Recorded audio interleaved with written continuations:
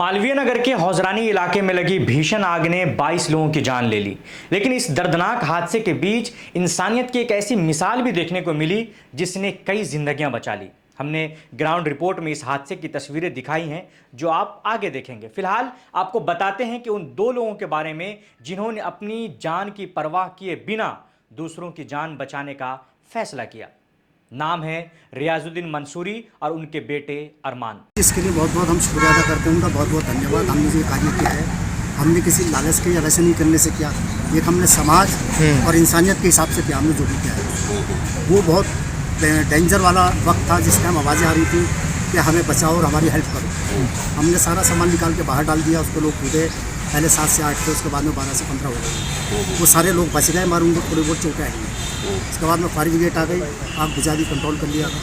तो dead body निकाली। Dead body निकाल के हमसे सामान मांगा।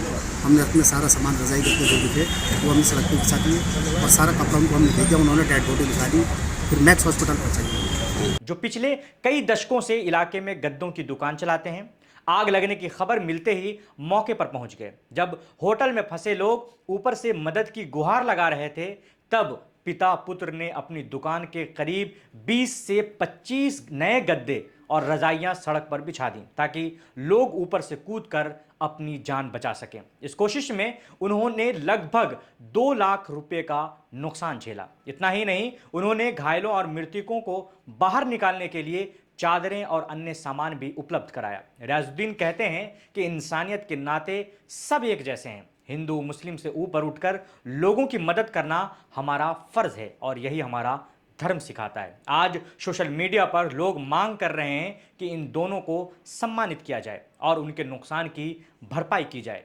क्योंकि ऐसे लोग ही मुश्किल वक्त में इंसानियत को जिंदा रखते हैं। आइए देखिए पूरी रिपोर्ट।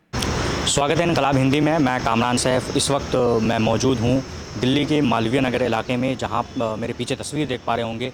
यही वो जगह है जहाँ 3 जून की सुबह में आग लगी थी, भयंकर आग लगी थी, जिसमें 22 लोगों की मौत हो गई थी, जिसमें 13 फॉरेनर थे और जो बाकी जो लोग थे वो यहीं के रहने वाले थे। इसमें गुरुग्राम के 8 लोगों की एक पूरी फैमिली जो इस आग की चपेट में आई और वो उनकी मौत हो गई थी। ये वही जगह है। मैं आज जिस दिन खड़ा हूँ, आज लगभग 1 हफ्ते इस आग को हो चुके हैं और अभी की जो मैं तस्वीर दिखा रहा हूँ ये जो दुकानें हैं बंद पड़ी हैं। जब यहाँ के स्थानीय लोगों से मैंने जानने की कोशिश की तो उन्होंने बताया कि मंगलवार के दिन ये हाफ डे ये दुकानें बंद रहती हैं, इसकी वजह से ये दुकानें बंद पड़ी हुई हैं। बाकी जो आप तस्वीर देख पा रहे होंगे, इसमें कई जो होटल्स हैं उसको सील किया गया है और यहाँ भी कई होटल्स हैं जिसका मैं विजुअल्स के ज़रिए आपको तस्वीर दिखाऊंगा, उनको बंद कर दिया गया है। बाकी एमसीडी ने जो कार्रवाई की है वो ये कि जो कुछ स्टेयर्स वगैरह हैं जो आगे की तरफ निकले हुए थे उनको तोड़ दिया गया है। लेकिन जो कई लोग हैं वो ये कह रहे हैं कि ये स्टेयर्स जो कि अपनी जगह पे थी वो निकली हुई नहीं थी, बल्कि एमसीडी को ये दिखाना था कि हमने कोई कार्रवाई की है।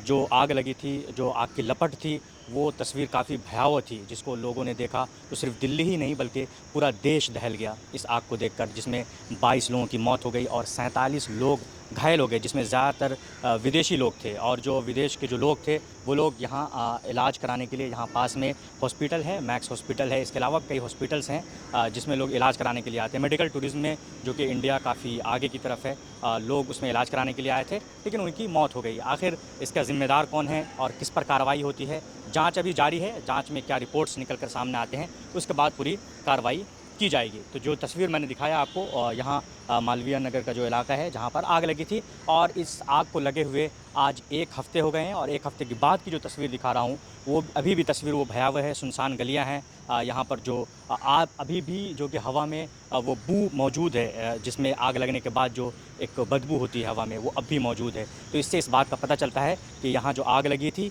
कितनी भयावह थी और कितनी ख़तरनाक। तो आपने देखा ये पूरी तस्वीर जो हमने दिखाने की कोशिश की। यहाँ स्थानीय लोगों से हमने बातचीत करने की कोशिश की, दुकान वालों से मैंने बातचीत करने की कोशिश की, लेकिन लोग बातचीत नहीं करना चाहते हैं।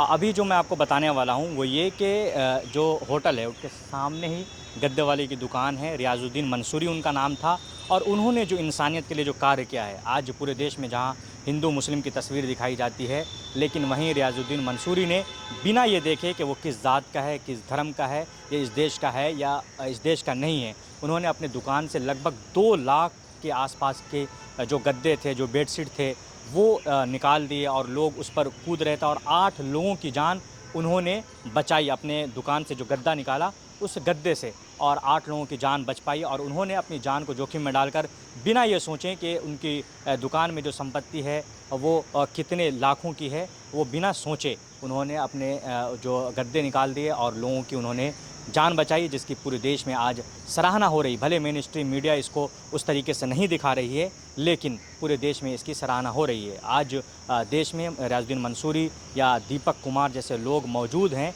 जो यहाँ के लोकतंत्र को, यहाँ के जो आपसी भाईचारे को बरकरार रखे हुए हैं। तो आपने ये देखा तस्वीर मालवीय नगर से। मैं कामरान सैफ, कैमरे के पीछे शमसी फिरदौस, इनकलाब हिंदी, दिल्ली।